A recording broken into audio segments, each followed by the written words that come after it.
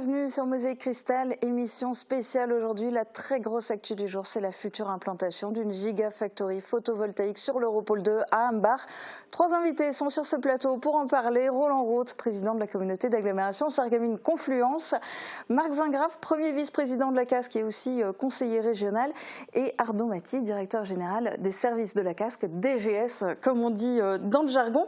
Et on va aussi être en liaison avec le CEO d'Elo Solis, Jean-Jacob Boumvikers, en direct de Versailles, où il participe au sommet Choose France. Je ne sais pas quand il va pouvoir nous rejoindre dans cette émission. En attendant, la première question elle est pour vous, Roland Roth.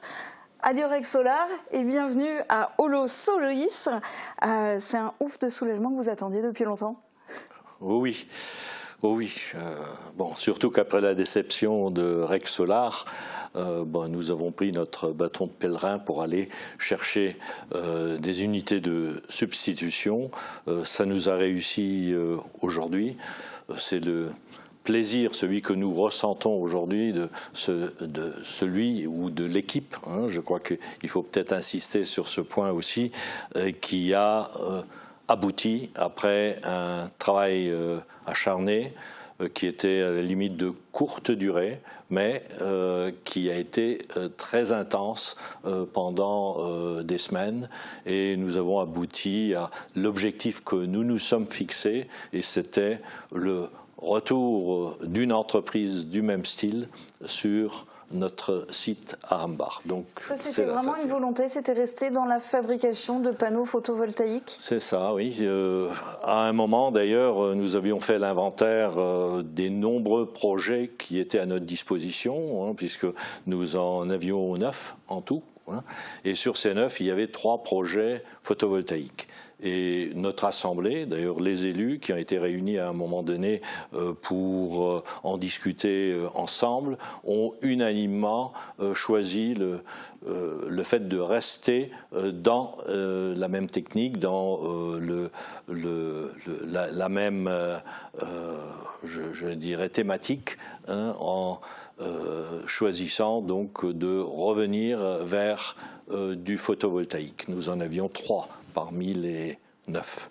Sur les 3, il y en a un qui a été écarté, le second est allé s'installer à Marseille, à Fos-sur-Mer, et celui que nous souhaitions réellement au départ a décidé de venir à Ambach. Donc pour nous, nous avons réellement atteint l'objectif que nous nous sommes fixés. Et pourquoi vous souhaitiez celui-là plus que les autres?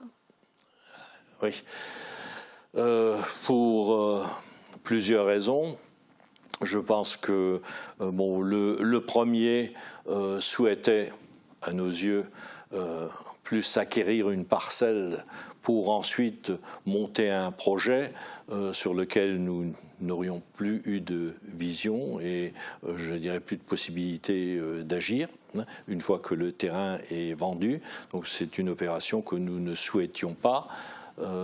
Nous sommes partis sur la réalisation d'un projet et non pas d'une opération immobilière.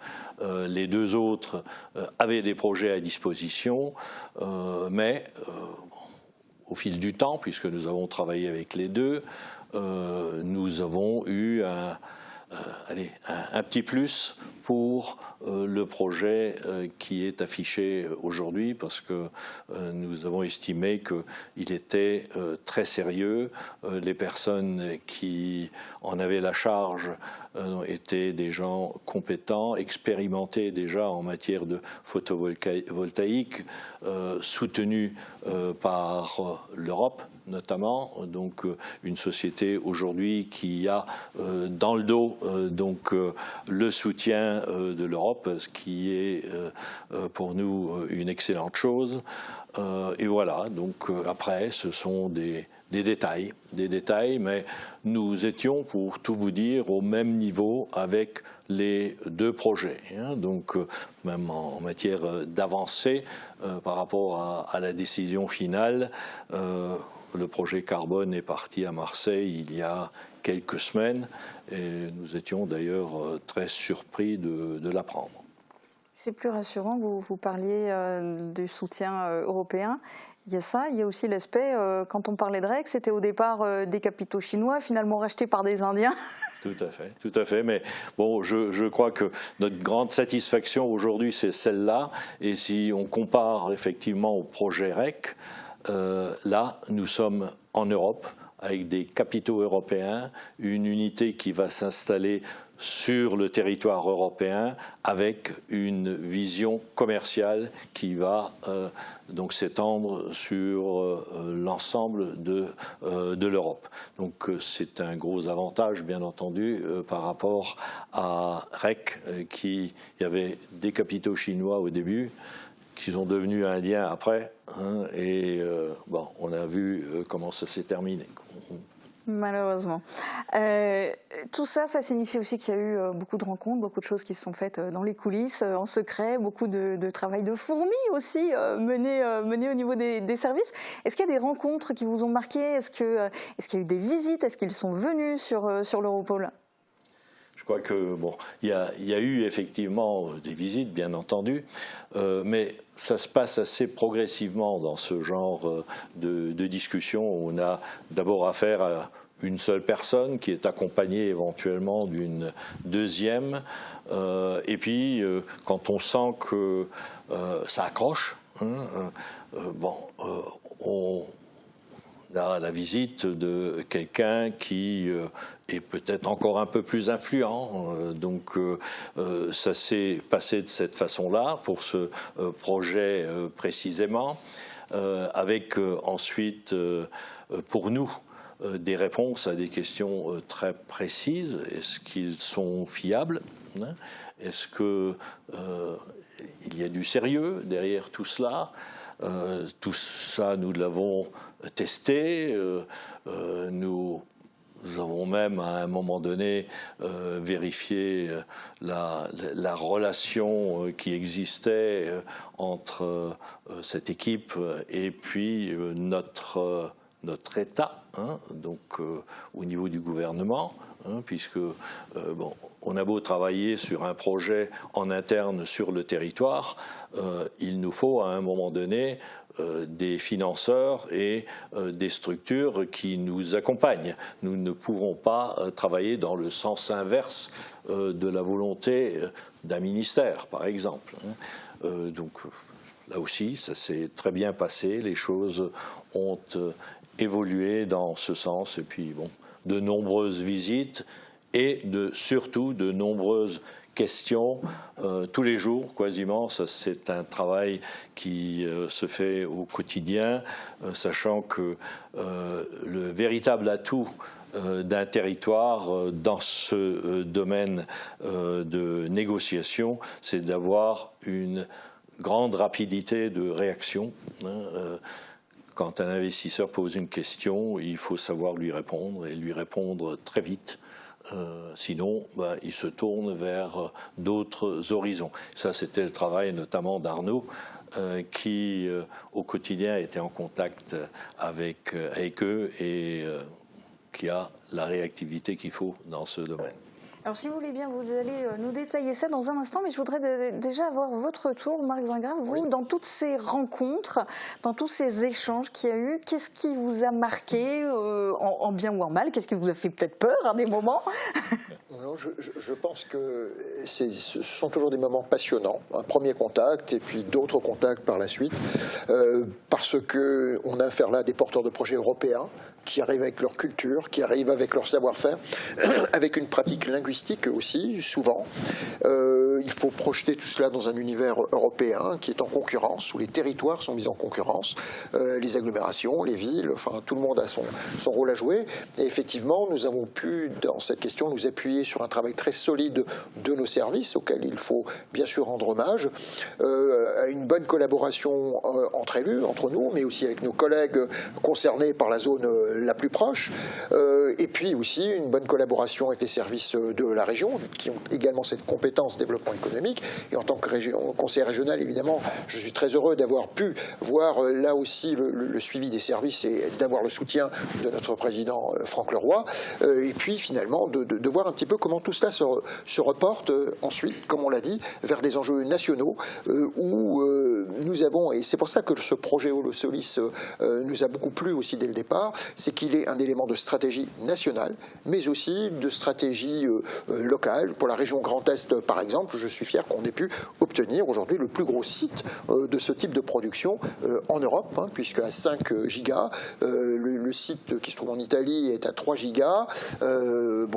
C'est clair qu'on va être un petit peu le fer de lance au niveau de la région Grand Est et de Sarreguemines-Limbach en particulier pour ce type de production. Voilà. Donc c'est surtout beaucoup de fierté et puis un rapport très humain malgré tout, parce que le porteur de projet a vraiment l'envie de s'inscrire dans le territoire. Il y a tout un ensemble de mesures qui vont impacter, et là je le dis en tant que maire de Sarreguemines, qui vont impacter les communes, et à commencer par la ville de Sarreguemines aussi, dans la vie quotidienne, en matière de mobilité, en matière d'accès à l'emploi, qui est toujours le nerf de la guerre, en matière de formation. J'ai été en charge d'enseignement supérieur pendant longtemps, évidemment ça va être extrêmement important, mais en matière d'apprentissage, tout ça, ce sont des compétences de la région aussi, et on aura nécessité à travailler avec la région, avec le département aussi sur certains points, avec tous nos partenaires. Et je pense que c'est un très beau projet parce qu'il réunit les acteurs qui peuvent faire le futur de notre territoire. Nous avons une chance. Pardon, je vous coupe. On va encore en parler au cours de cette émission, mais je crois qu'on a pu établir la liaison avec Jean-Jacob Boomwitchers. Bonjour, merci beaucoup de participer à cette émission. Je sais que vous êtes à Versailles et que l'emploi du temps va être un peu serré. Alors, vous vous en doutez bien, hein, tout le monde ici se ravit de cette grande annonce de l'implantation de votre méga-usine de panneaux photovoltaïques à Ambach. C'est un projet de très grande envergure. Est-ce que vous pouvez un petit peu nous le détailler ? Ah, on a un petit problème de son.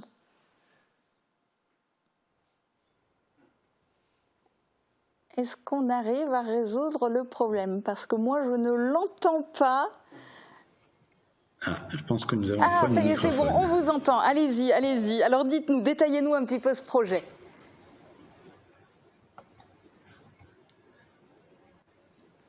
Je ne pense pas que vous m'entendez. Si, c'est bon, allez-y. C'est bon. Parfait. Donc je suis content merci infiniment de m'avoir avec vous aujourd'hui. C'est un grand plaisir d'être là. Nous avons travaillé de façon extrêmement étroite avec l'équipe de Monsieur Roth et de Monsieur Zingraf et de Monsieur Maty. Et cela a été un grand honneur pour nous pour choisir la commune de Sarreguemines et d'Ambach pour installer cette méga-usine. Alors cette méga-usine, concrètement, ça va être quoi ? Concrètement, ça va être une usine de panneaux photovoltaïques d'une taille de 5 gigawatts. Alors 5 gigawatts, pour le commun des mortels, ça ne veut pas dire grand-chose. Ça représente 10 millions de panneaux photovoltaïques par an. Et si on estime à peu près 10 panneaux par foyer, ça représente 1 million de foyers que l'on rend indépendants énergétiquement tous les ans. Et cela, non seulement pour la France, mais par rapport à toute l'Europe, parce que votre emplacement à Ambach-Sarreguemines est très très proche de la frontière allemande et nous permet de rayonner non seulement sur la France, mais également sur les Pays-Bas, sur le Benelux, sur l'Allemagne, etc., etc. Alors tout cela va être mis en place par Holosolis, mais Holosolis c'est un tout jeune consortium. En fait, qui êtes-vous ? Alors c'est une très bonne question. Je suis heureux d'y répondre pour justement la population locale, parce qu'effectivement ils se disent qui est Holosolis. Holosolis, en fin de compte, est une société qui a été créée grâce à 3 acteurs majeurs, InnoEnergy, le groupe IDEC et TSE. InnoEnergy est un incubateur européen d'une société publique-privée, incubateur européen, qui jusqu'à présent, depuis 2010, a aidé à créer 180 entreprises dans l'énergie renouvelable et 500 produits nouveaux. Et principalement, il y a 3 ans, ils ont commencé à investir dans des méga-usines, dans des gigafactories, parce qu'on s'est rendu compte que c'était la seule manière de réellement réindustrialiser l'Europe. Et donc, InnoEnergy a une énorme expertise là-dedans, parce qu'ils sont à l'origine des 2 gigafactories principales d'Europe, celle de Northvolt en Suède et celle du groupe Verkor en France, qui va être installée à Dunkerque. Ils sont également actifs dans la création d'une gigafactory d'acier décarboné qui se trouve à Fos-sur-Mer. Et nous sommes leur 4e entreprise, Holosolis. Et alors, vous le disiez, vous avez étudié les propositions, je crois, de 40 sites dans 6 pays différents. Alors, vous avez parlé du fait que Humbar est un peu au cœur de l'Europe, proche des frontières, mais qu'est-ce qui vous a fait choisir l'Europol 2 d'Humbar? Je suppose qu'il y avait d'autres arguments. Alors, effectivement, vous avez tout à fait raison. Nous avons regardé 6 pays et 40 sites à travers ces 6 pays. Et ce que nous cherchions, c'était un emplacement idéalement, on va dire, clé en main, comme celui de Sarreguemines, mais surtout avec une capacité d'avancer très très vite. Avancer vite est crucial. Pourquoi? Parce que nous faisons face à des concurrents chinois qui, en 6 mois, obtiennent les autorisations pour pouvoir obtenir un bout de terrain et construire une usine. Et en général, en plus, ils sont aidés énormément pour pouvoir développer ces usines par les gouvernements locaux. Donc, nous avons choisi le site d'Humbar, en grande partie à cause de la rapidité que nous pouvions avoir, les connexions à Internet, son emplacement, connexion au réseau électrique et au réseau de gaz et de l'eau, et surtout, une équipe que l'on a rencontrée qui était extrêmement professionnelle. Monsieur Roth, Monsieur Zingraf, Monsieur Mati et toute l'équipe également dans la région Grand Est ont été extrêmement professionnels, extrêmement réactifs, et c'est cela qui a fait la différence. Ils vous entendent en direct, mais alors vous avez choisi Humbar, mais est-ce que vous savez que vous avez aussi vous-même été choisi pour Humbar, que vous étiez vous-même en concurrence avec d'autres projets? Je le sais, et M. Roth a été très clair à propos de cela. Je pense que c'est une relation comme un couple qui se forme, parce que nous allons être ensemble pendant de nombreuses années, je l'espère, et donc nous avons besoin de communiquer et de travailler les uns avec les autres. Je pense que la communication que nous avons reçue de la part des équipes de la casque, elle est dans les deux sens et que nous avons, nous également, apporté des informations. Je pense que la communication a été très, très, très régulière et de très, très grande qualité. Ici, on est un petit peu échaudé. Du coup, je suppose qu'il y a eu beaucoup de questions qui vous ont été posées, notamment au niveau du financement. Alors concrètement, on parle de 710 millions d'investissements. Quel est le plan de financement et quels sont les montants d'aide que vous avez éventuellement pu obtenir ? Alors, effectivement, vous avez raison, vos chiffres sont corrects. Nous avons un investissement de à peu près 710 millions d'euros prévus pour la création de cette usine qui va fabriquer aussi bien des panneaux photovoltaïques que des cellules photovoltaïques qui seront mises dans les panneaux. Et nous allons devoir financer ça avec de la dette, avec de l'equity, c'est-à-dire des apports en capital par nos actionnaires, ainsi que nous avons également reçu des aides publiques. Pour l'instant, vous me permettrez de ne pas détailler ces aides publiques parce que, comme vous l'avez pu le constater, le gouvernement pour l'instant n'a encore pas annoncé des choses publiquement, bien que nous avons reçu toutes les garanties de leur part. Et nous, au niveau du territoire, quelles sont les garanties que vous nous offrez? Est-ce qu'on peut être sûr à 100% que ce projet va aller jusqu'au bout? On a eu des désillusions avec, avant vous, un projet mené par Rexolar. Qu'est-ce qui nous prouve à 100% que ça va se faire? Alors, vous savez, je connais bien la société REC, parce que j'ai, au début de ma carrière photovoltaïque, travaillé pour eux. J'étais le directeur général de Rexolar en France avant de partir aux États-Unis pour diriger Rexolar États-Unis. Et j'ai ensuite changé de carrière, changé d'environnement et j'ai travaillé pour les leaders chinois du marché. Le groupe REC a eu un changement d'actionnaire et leur nouvel actionnaire était un groupe indien. Et bien que je ne doute pas du choix de REC de vouloir s'installer à Sarreguemines, il y a eu, je suppose, une différence d'opinion ou de direction stratégique de leur actionnaire principal, un groupe indien qui souhaitait qu'il s'installe et qu'il se focalise sur l'Inde. Aujourd'hui, nous sommes un groupe européen. Mon objectif à moi, c'est d'installer des gigafactories photovoltaïques en Europe, en commençant par Sarreguemines, à travers laquelle nous allons rayonner à travers l'Europe. Donc, je peux vous garantir que mes équipes et moi-même sommes à 100% convaincus et 100% motivés pour faire en sorte que ce projet réussisse. Et l'idée, c'est d'en avoir combien après en Europe? Alors, la taille du marché photovoltaïque, madame, est colossale. Aujourd'hui, il faut imaginer que l'année dernière, il y a eu 60 gigawatts de panneaux photovoltaïques importés en Europe. 60 gigawatts de panneaux photovoltaïques, ça représente 18 milliards d'euros. Et 95% de ces panneaux ont été importés depuis des pays du Moyen-Orient, de l'Asie. Et donc, notre usine de 5 gigawatts, dans un marché qui va croître facilement à 100 gigawatts d'ici 2030, notre usine sera relativement petite. Et il faudra en construire d'autres. Et donc, moi, personnellement, j'ai l'ambition d'en créer d'autres, mais je souhaite également encourager toute autre entreprise qui se développe dans le photovoltaïque aujourd'hui, qu'elle soit en France ou à l'étranger, parce que nous aurons besoin d'être le plus de sociétés possible pour recréer un tissu industriel en Europe. Rappelez-vous que l'industrie photovoltaïque était une industrie américaine et européenne au départ, et nous l'avons perdue. Il est temps maintenant de la réapproprier en Europe, parce que ce qui est le plus important, c'est que nous devons avoir une indépendance énergétique, ne pas remplacer une dépendance du pétrole et du gaz russe pour le remplacer par une dépendance de panneaux photovoltaïques venant d'Asie. Aujourd'hui, l'Europe, la France, Sarreguemines, est tout à fait en mesure de créer des panneaux photovoltaïques ici. Nous n'avons pas besoin de les importer. Quelle est la dose de pollution, la dose d'énergie verte, à contrario, que vous pouvez utiliser pour créer ces panneaux? Parce que souvent, quand on parle des panneaux de photovoltaïque, c'est pour aller vers de l'énergie qui soit plus verte. Mais souvent, d'un autre côté, on dit que pour les produire, c'est une catastrophe écologique. Vous en dites quoi, vous? Alors, je dis que vous avez raison, suivant là où est installée l'usine. Si l'usine est installée à côté d'une usine à charbon, l'empreinte carbone des panneaux photovoltaïques va être très mauvaise. C'est ce qui se passe dans les pays d'Asie où la majorité de leur énergie provient d'usines à charbon. Par contre, la France a une empreinte carbone de 50 kg par mégawattheure. C'est, si je ne me trompe pas, 40 fois inférieur à ce qu'il se passe en Asie, en Chine particulièrement. Donc nous avons l'empreinte carbone la plus basse d'Europe, donc les panneaux photovoltaïques que nous construirons à Sarreguemines auront l'empreinte carbone la plus basse d'Europe. Une dernière question, parce que je sais que vous devez filer, que vous êtes particulièrement demandé aujourd'hui, mais qu'en plus vous êtes à Versailles et donc justement vous y êtes pour le sommet Choose France. Qu'est-ce que ça représente pour vous d'y être et d'avoir l'annonce officielle par le président de la République aujourd'hui de cette installation à Ambach?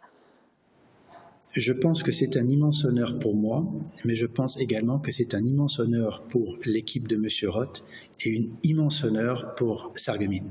Et je suis très content d'être ici pour justement encourager le développement du photovoltaïque, en particulier à Sarreguemines. Donc je conclurai en disant vive la France, vive Holosolis et vive Sarreguemines. Merci beaucoup en tout cas d'avoir participé à cette émission, cette journée si particulière. Un grand merci. On parlait avant tout cela de tout ce qui s'est passé dans les coulisses. Évidemment, il y a eu plein d'étapes avant d'en arriver à cette journée mémorable, je pense. Je crois que je vous ai rarement vu avec autant de sourires tous les trois parce que c'est vraiment une grande journée pour le territoire. Alors du coup, Arnaud Mathiez, racontez-nous un petit peu dans les coulisses quelles ont été toutes les étapes pour en arriver là. Alors, ce que l'on peut souligner en premier sur ce projet, c'est que les étapes dans les coulisses ont duré finalement peu de temps, puisque le président Roth a parlé effectivement de différents projets qui étaient en concurrence pour l'Europole 2. Et finalement, le projet Holosolis, c'est le dernier qui est rentré dans cette file d'attente au départ. C'était quand, du coup? C'était fin 2022, donc novembre-décembre 2022. Donc, ça s'est fait très rapidement. Et c'est vrai que c'est une particularité de ce projet, parce que généralement, quand un investisseur vient nous voir, on nous envoie un grand tableau Excel qu'on doit remplir, surface disponible, gaz, électricité, l'eau, l'assainissement, voilà des choses qui sont déjà chez nous de toute façon connues et auxquelles on peut répondre même dans la journée puisque nous avons l'habitude de répondre à ce type de sollicitations. Et là, on a bien entendu répondu à ces sollicitations, mais on a tout de suite eu un retour et tout de suite on a perçu un intérêt de la part de l'entreprise et généralement, une fois qu'on a répondu, qu'on est candidat, il y a une première étude qui se fait pour savoir quels sont les sites qui sont vraiment conservés par l'entreprise.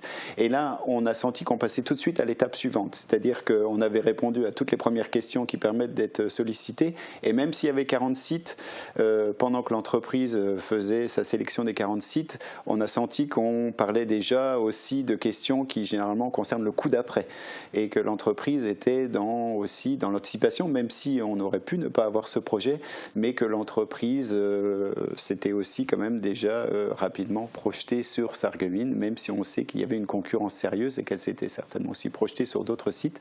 Mais on n'a jamais eu de période non plus de silence. On a toujours eu des échanges et ça c'est aussi important parce que parfois on répond et puis il y a un mois de silence et on s'inquiète. Qu'est-ce qui devient ce projet? Est-ce qu'on s'intéresse toujours à nous? Est-ce que Sarreguemines les intéresse toujours? Et là il y a toujours eu ce dialogue et même quand il n'y avait pas de dialogue, M. Boom-Vickers était toujours attentif à nous dire cette semaine on n'a rien à vous demander mais vous inquiétez pas, on s'intéresse toujours à Sarreguemines, soyez rassurés. Donc il a toujours eu cette préoccupation parce que c'est souvent le stress quand on débriefe avec les élus, on se dit est-ce qu'on a des nouvelles? Quand M. Zingraf ou le président Rode viennent, c'est la première question du matin, c'est est-ce que vous avez des nouvelles du projet? Parce que c'est une des priorités de l'agglo et donc ce sont des préoccupations aussi qu'on partage finalement à peu de monde parce qu'il y a l'équipe du développement économique mais on est 2-3 à être dans la confidence à part les élus directement concernés, même s'il faut saluer le travail d'autres cadres de l'agglo qui s'investissent mais qui souvent travaillent sur un projet anonymisé, que ce soit pour l'eau, pour l'assainissement, ils fournissent des éléments qui sont essentiels pour la réussite du projet mais sans non plus savoir quelle est la destination finale. Donc aujourd'hui je pense aussi à eux, à tous ceux qui ont travaillé, qui savent aujourd'hui pourquoi ils ont fait tous ces efforts au quotidien. Parfois ça n'aboutit pas, là ça aboutit, donc c'est une récompense pour tout le monde parce que à l'agglo, finalement, c'est un peu comme une entreprise. Parfois, l'entreprise, elle fait des devis, puis elle ne décroche pas le marché. À l'agglo, c'est pareil, on répond pour attirer des investisseurs. Parfois, on ne les a pas, parfois, on les a. Donc, c'est aussi pour ça qu'on est content pour le territoire quand ça peut aboutir. Et avec toute cette notion, évidemment, de secret. Marc Zingraf, vous le disiez tout à l'heure, vous avez œuvré aussi au niveau de la région Grand Est pour la concrétisation de ce projet. Est-ce que la région met la main à la poche ? Oui, bien sûr, mais comme l'a dit M. Boom-Vickers tout à l'heure, on n'est pas pour l'instant en mesure de communiquer sur ces montages-là, puisqu'il y a des règles à respecter. Les financements apportés par les uns et par les autres sont limités par les possibilités que la loi prévoit en matière de financement public. Donc pour ne pas empiéter là, sur les discussions qui ont lieu, je crois qu'il vaut mieux avoir la patience d'attendre un petit peu. Voilà, je crois que M. Boom-Vickers reviendra, comme il s'est engagé à le faire lui-même à un moment donné là-dessus. Mais voilà, on sait en tout cas qu'il y a une bonne entente entre les uns et les autres, c'est-à-dire que la région qui a discuté avec nous, qui a discuté ensuite avec le gouvernement, on a trouvé des éléments d'entente et surtout, contrairement à d'autres projets et d'autres expériences qu'on a pu avoir, on n'a jamais senti d'opposition, de réticence ou de frein, que ce soit au niveau régional, que ce soit au niveau gouvernemental. Cette fois-ci, sur cette opération, on ne l'a pas senti et c'est tout simplement aussi, je crois, que la réponse est dans la stratégie de la région Grand Est, la stratégie de notre pays vers une industrialisation, vers une production plus verte, plus éco-responsable. Et il faut pour cela des projets. Et M. Boom-Vickers l'a dit tout à l'heure, il y a des chiffres à atteindre en matière de production en Europe pour le marché européen. Et c'est bien parce qu'on se cale de la meilleure manière dans ce plan qui nous dépasse d'une certaine manière, mais auquel finalement nous sommes fiers d'appartenir. Et je crois que là, on a vraiment senti qu'on était au bon moment, au bon endroit, ça a été dit aussi, orienté vers l'Europe et orienté vers l'éco-responsabilité. Voilà, donc ça nous permet d'être à ce jour souriant, comme vous l'avez dit tout à l'heure, et optimiste. J'ajouterais pour terminer sur ce point que M. Boom-Vickers, vous l'avez senti au moment de son intervention tout à l'heure, n'est jamais loin, en plus, de prendre en compte l'élément humain. L'élément humain sur le territoire, l'élément humain en ce qui concerne la communauté d'agglomération, l'élément humain en ce qui concerne l'ancrage sur le territoire et dans ce territoire. Et Dieu sait qu'on en aura besoin, puisque, comme on l'a dit, on va devoir actionner un petit peu toutes les forces vives du territoire pour amener des éléments de réponse qui vont être nécessaires. Alors, il y a eu toutes ces étapes pour en arriver à cette journée d'annonce, avec, vous le disiez, beaucoup de secrets, de mystères autour de tout ça, parce qu'on ne peut pas tout dire, et puis on est en lien avec différents porteurs de projets. Mais quelque part, dans cette succession d'étapes, j'ai l'impression que l'étape de communication, elle a un peu fait flop, parce que normalement, ça devait être aujourd'hui à Versailles, que finalement, il y a des choses qui ont déjà fuité hier. Ça vous a déçu pour ce grand jour de communication ? Ça nous a déçus, oui, et d'abord ça nous a surpris parce que quand je me suis levé hier matin, j'avais déjà le premier message sur mon téléphone comme quoi l'info avait passé. Bon. Ouais, alors qu'on voit sur les images, vous, la conférence de presse, c'était ce matin. Voilà. Donc, pour tout vous dire, nous avions... je dirais une obligation de non-communication qui a été dictée par l'Élysée, notamment, qui prévoyait donc une levée d'embargo, puisqu'ils appelaient ça un embargo, cette nuit à minuit. Donc voilà, à partir de la nuit dernière, minuit, nous aurions pu éventuellement communiquer puisque l'Élysée avait à son propre niveau prévu de sortir un communiqué de presse. On aurait pu faire cette émission spéciale à minuit au lieu de la faire à midi. Voilà, c'est ça. Donc il y a eu des fuites quelque part. Donc un premier article de presse et puis voilà, c'est parti. Donc et là on retient plus, bien entendu. Bon, au final, ce n'est pas grave, ça nous a frustrés, on n'était pas contents, on était mécontents du déroulement des choses, mais l'essentiel c'est quand même la décision en elle-même et le fait de pouvoir accueillir le projet sur notre territoire. Donc et le plus important pour notre territoire, ça va être qu'à la clé de ce projet, il y a la création de 1700 emplois. Est-ce que vous avez les infos concernant le plan de recrutement? Il va commencer quand? Il va se dérouler comment?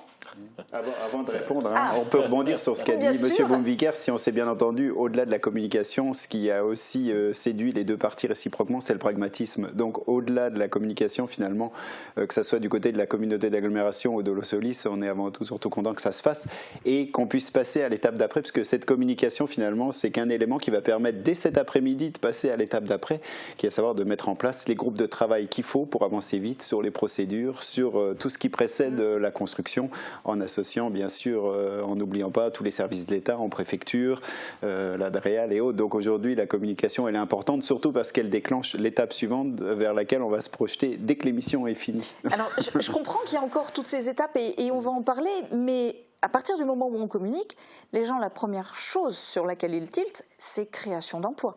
1700. Et donc, c'est pour ça que je vous pose la question, est-ce que vous savez déjà quand peut potentiellement commencer le recrutement et comment va se passer le recrutement?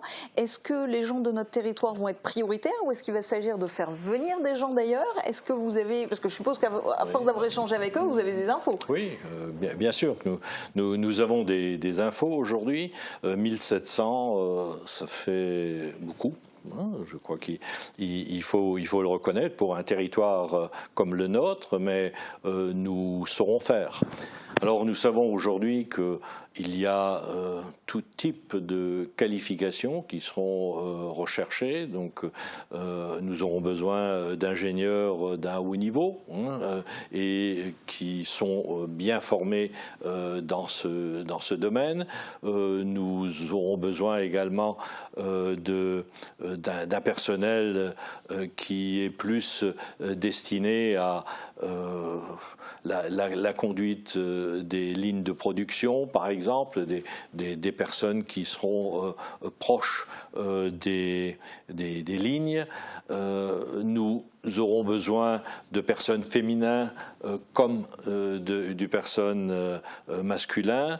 Nous allons essayer, et je crois que c'est le gros challenge à l'heure actuelle pour nous, d'adapter la formation à la demande, puisque il s'agit là quand même d'un problème récurrent en France, c'est que on forme notamment des jeunes dans des territoires différents sur des thématiques particulières, alors qu'on n'est pas vraiment sûr d'avoir besoin de ce personnel sur place. Donc ce que nous aimerions faire, c'est cibler la formation de telle manière que ce personnel puisse ensuite être utilisable par une maison comme Holosolis. Je crois que notre objectif, c'est celui-là. Nous avons un territoire de recrutement qui est quand même relativement large.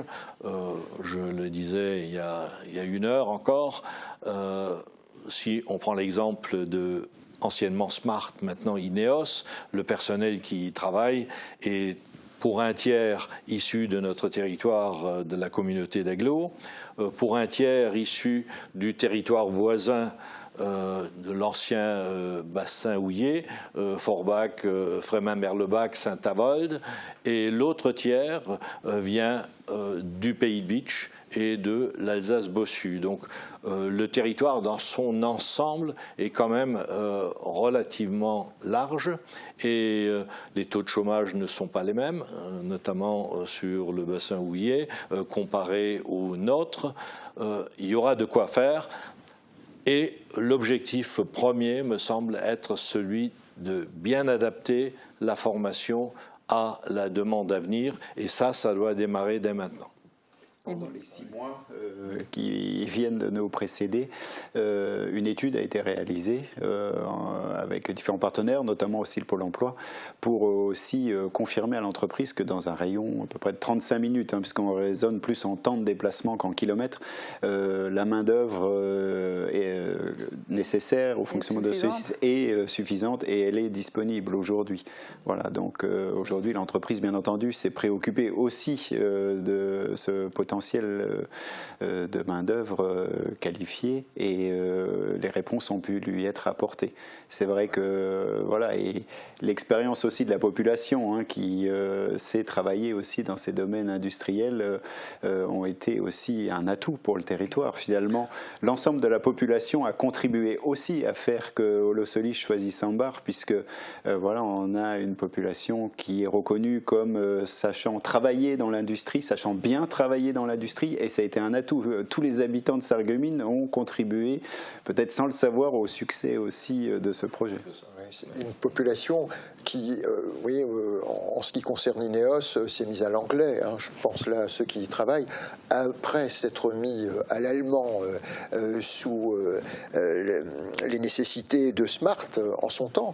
Donc une population qui a cette biculturalité ou cette ouverture culturelle, linguistique, et puis dans ses habitudes de travail. Et puis on est aussi une petite ville universitaire. C'est une compétence de la communauté d'agglomération qui rejoint d'ailleurs une compétence de la région en matière d'enseignement supérieur, de formation, apprentissage, alternance. Et nous sommes en discussion avec les services concernés, les uns et les autres, avec l'éducation nationale aussi, pour ajuster et pour amener de la formation spécifique en ce sens, mais pas seulement, puisque, comme je l'ai dit avant, bien des endroits seront impactés. Nous serons à l'écoute de l'ensemble de notre terrain de l'emploi pour amener la formation qui est nécessaire là où elle est nécessaire. Et pas seulement d'ailleurs pour les plus jeunes, mais en matière de reconversion aussi. C'est important, puisque comme on n'est pas loin de certains chiffres en matière d'emploi et de plein emploi, eh bien, toutes les ressources sont nécessaires, y compris celles qu'on va attirer sur notre territoire. Mais il y a un énorme travail, c'est un très beau challenge d'ailleurs, avec nos partenaires, avec les établissements de formation du secteur. C'est d'ailleurs le moment de redynamiser un territoire comme le nôtre. On parle de baisse en matière démographique aujourd'hui, qu'on relève à bien des endroits. Le seul moyen, à mes yeux, de faire repartir cette démographie dans le bon sens, c'est d'apporter du travail.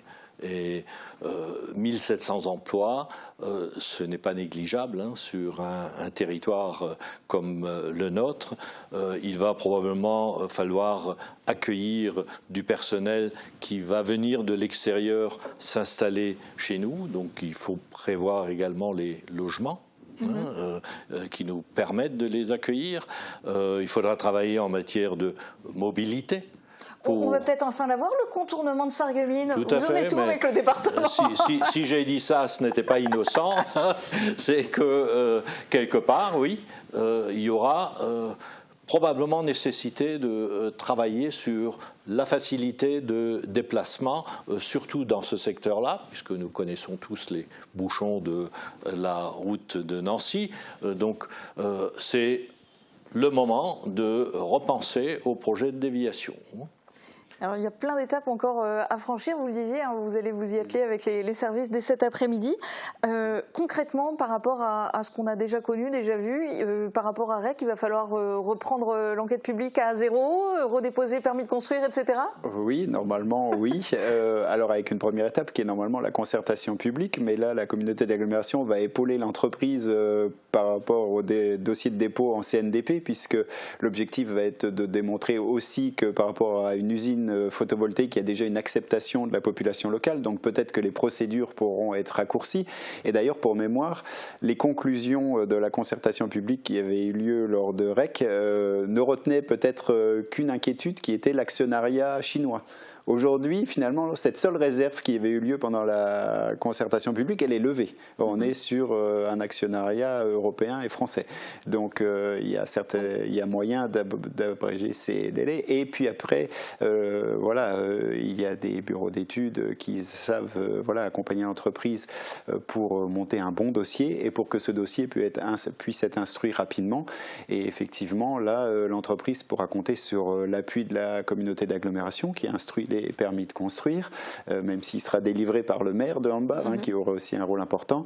Et puis, il y aura effectivement un groupe de travail qui sera monté avec les services de l'État, et notamment l'ADREAL, donc qui a déjà instruit un dossier, et donc normalement, ça pourrait aller beaucoup plus vite lors de l'instruction de ce second dossier. Il y aura quelques petites différences, mais mineures sur le plus gros du dossier. On reste sur l'essentiel. Bon, on pourrait qu'on était sur 4 gigas, là on est un peu plus grand, sur 5 gigas, donc peut-être un peu plus de lignes de production. Mais à l'échelle du projet, on va dire que ce sont des ajustements mineurs, et donc nous sommes confiants sur une instruction rapide. Alors du coup, si tout se passe bien, ça veut dire qu'on peut espérer un début de chantier de l'usine à quelle heure, à quelle date? L'année prochaine. L'année prochaine? Ok. Début de l'année, si tout va bien. Ouais. Et alors, on parlait des emplois, mais du coup, il y a les emplois de ceux qui vont travailler, mais il y a aussi, dans cette usine, il y a aussi sur le chantier, potentiellement un grand nombre d'entreprises locales qui pourraient être amenées à travailler sur le chantier. Il y a aussi les retombées économiques, parce que vous le disiez, ça veut dire aussi, ça joue sur la démographie, ça fait venir potentiellement des familles, etc. Il y a aussi des sous-traitants qui pourraient être amenés à avoir un partenariat de longue haleine ensuite pour la production, pour la logistique, etc. Et puis, en retombée directe pour la casque, il y a au niveau imposition, mais au niveau surtout de la vente des terrains.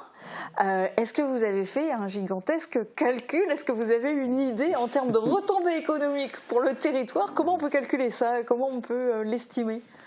C'est difficile à estimer à l'heure actuelle. Bon, les retombées seront très importantes.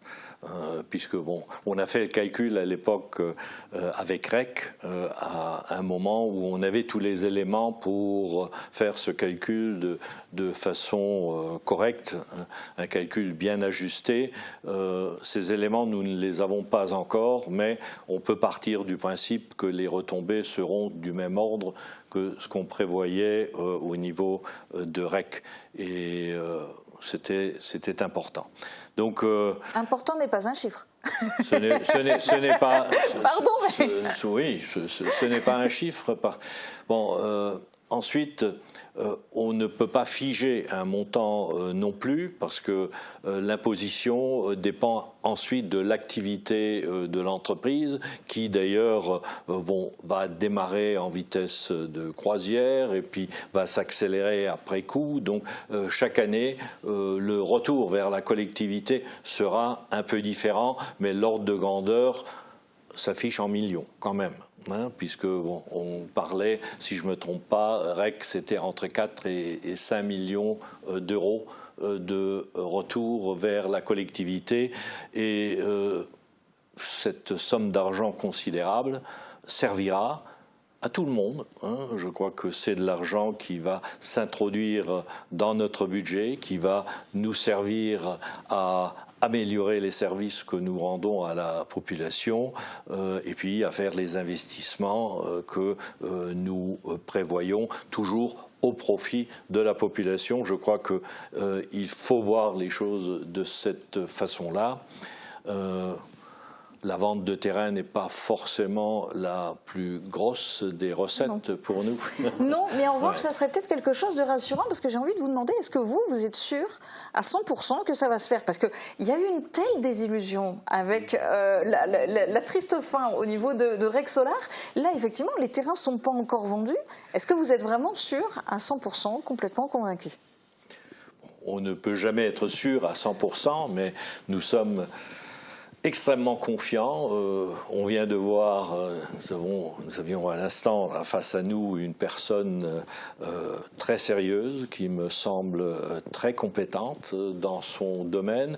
Il y a une relation de confiance, d'ailleurs il l'a précisé, qui s'est créée entre lui, sa société et nous. Et à l'heure actuelle, je n'aurais aucune raison de douter, même si on ne peut jamais être certain dans ce genre de situation d'un écueil quelque part. Il se pourrait qu'il y ait effectivement au cours des mois à venir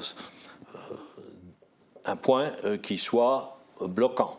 Bon, on n'en trouve pas à ce jour. Je ne pense pas que ce sera le cas, mais bon, c'est vrai que c'est pour le jamais... moment, rien n'est signé. Oui. Voilà. Pour le moment, rien n'est signé. D'ailleurs, nous avons eu le nez fin avec REC, le nez fin dans la mesure où nous ne leur avons pas vendu le terrain à l'époque. Nous attendions une prise de position définitive, un accord définitif avant de signer un acte de vente. Heureusement, parce que bon, nous avons gardé la main sur ce terrain, ce qui nous permet aujourd'hui de le vendre à quelqu'un d'autre. Si ça n'avait pas été le cas à l'époque, ça aurait été plus difficile aujourd'hui. Puis il y a des éléments de stratégie quand même qui sont très clairs et qui sont transparents. Monsieur Boomvikers l'a dit, il faut aller vite aujourd'hui. On a besoin de produire de l'énergie de manière différente, très rapidement. Et tous ceux qui, d'une certaine manière, étaient dans un intérêt pour ce projet, aujourd'hui, sont déjà en train de calculer ailleurs. C'est-à-dire que c'est une machine très importante qui sait qu'elle a un objectif à l'horizon 2030, 35, 40. Il faudra produire. Il l'a dit d'ailleurs, il y a un certain moment, on ne sera pas... Là, on est les premiers à ce niveau-là. On ne sera pas les derniers. Ça va continuer à se développer. Et je crois que c'est un élément de réalisme. On est dans une mutation sociétale en matière de production d'énergie. Et avec, d'une certaine manière, une pression dans le temps. Voilà. Et ça, je pense que tout le monde a vraiment intérêt à ce que très vite on puisse aboutir et avancer. Et je crois beaucoup à cette stratégie qui aujourd'hui se concrétise. Et c'est en raison de cette stratégie qu'on a eu tous ces soutiens jusqu'au gouvernement. Ce n'est pas de la philanthropie. Je pense que c'est un réel besoin en matière de stratégie nationale pour produire de l'énergie différemment. Et donc la Casques va prochainement passer sa première commande de panneaux photovoltaïques made in Ambach. Tout à fait. On attend de voir ça. Mais en tous les cas, merci beaucoup à tous les trois d'avoir participé à cette émission. C'est bien de pouvoir partager des bonnes nouvelles aussi. On aime beaucoup ça à Mosaïque Cristal. Merci beaucoup. Couverture, crépissage, peinture et isolation. Avec Modern Habitat, votre maison sera belle et confortable par tous les temps. Retrouvez votre programme avec le Crédit Mutuel, partenaire des grands événements de votre région. Une banque qui appartient à ses clients, ça change tout. Bonjour tout le monde, aujourd'hui le soleil est de sortie, c'est le jour idéal pour venir se promener aux abords du Palais de Justice à Sarreguemines. C'est à ce moment-là qu'il est le plus éclatant et cette belle lumière, il la doit à la pierre de Jaumont qui est étincelante sous les rayons du soleil. Un bâtiment majestueux composé de belles pierres jaunes, ça ne vous rappelle pas quelque chose ? Et oui, on en retrouve également à Metz. La cathédrale, la porte des Allemands, l'opéra-théâtre, le palais de justice, tous sont faits en pierre de Jaumont, aussi appelée pierre du soleil. Et du soleil, on aura la chance d'en avoir encore demain. La matinée débutera avec un ciel légèrement nuageux, mais il finira par se dégager dans le courant de l'après-midi pour laisser place à de belles éclaircies. Côté température, les minimales iront de 8 à 9 degrés et les maximales de 15 à 17 degrés. Demain, nous fêtons les honorés et il fera jour de 5h51 à 21h11. Passez tous encore une très belle journée en notre compagnie et à demain. C'était votre programme avec le Crédit Mutuel, partenaire des grands événements de votre région. Une banque qui appartient à ses clients, ça change tout. C'est une technique de tatouage capillaire où l'on utilise une aiguille très fine pour introduire dans le cuir chevelu du pigment et recréer un bulbe capillaire ou la naissance d'un cheveu. Donc nous allons combler ces zones et recréer une densité. La calvitie disparaît, c'est un trompe-l'œil très efficace, indolore. En général, ça dure 3 ans. Là, on reprocède aux retouches complètes de la pigmentation pour la personne atteinte de calvitie.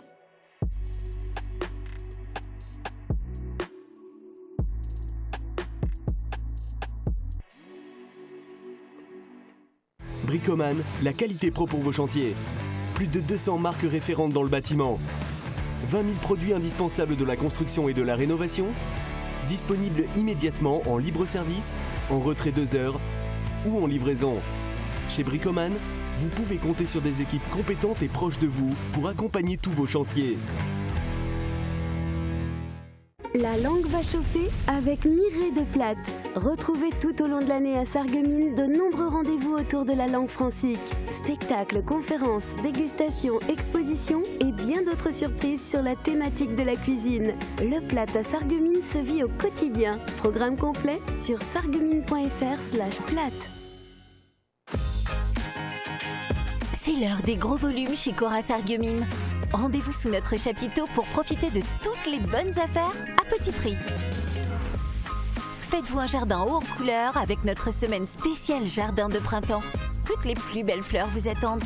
Cora, l'hyper proximité.